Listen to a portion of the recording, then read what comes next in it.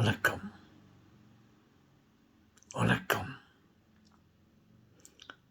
என் அன்பு செல்வங்களே, ஜீசஸ் கடவுள் என்ன சொன்னார் தெரியுமா? ஒரு சந்தோஷமான செய்தி உங்களுக்கு நான் சொல்லப் போகிறேன். தாத்தா, என்ன செய்தி சொல்ல போகிறீங்க தாத்தா?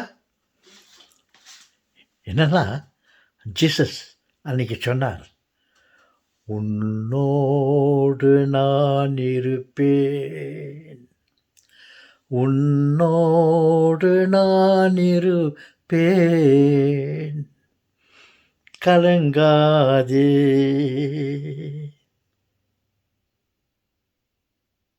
கண்ணீர் சிந்தாதே, நான் உன்னை மறவேன் அப்படின்னு சொன்னார். ஆமாம் தாத்தா. செல்வங்களே,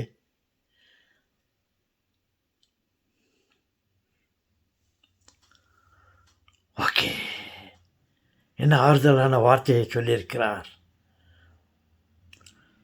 அவர் சொன்னது மட்டும் இல்லை, அவர் சொன்னபடியே செய்வார்.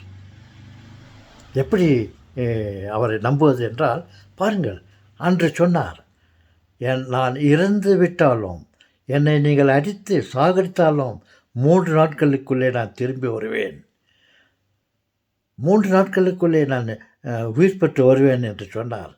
சொன்ன மாதிரியே அவர் செய்து காட்டினார்.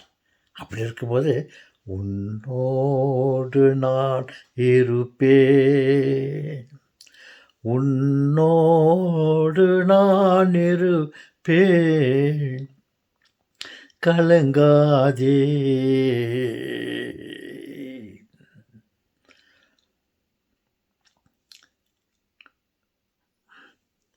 கடல் கடந்து சென்றாலும், காரிருள் உன்னை மறைத்தாலும், உன்னோடு நான் இருப்பேன், உன்னோடு நான் இருப்பேன் அப்படின்னு சொன்னார்.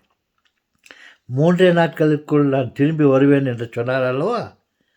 இப்போது உன்னோடு நான் இருக்கிறேன் என்று சொன்னார். நம்பலாமா?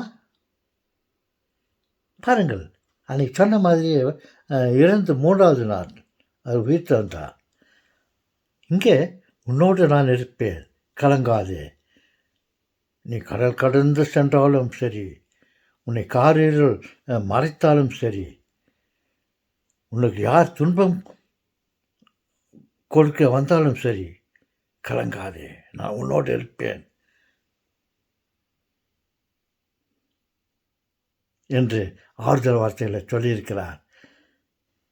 நாம் ஏன் எதற்காக கலங்க வேண்டும்?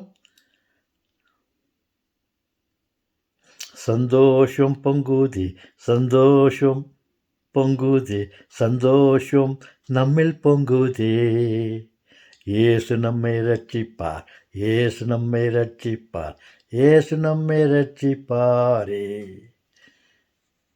வணக்கம்.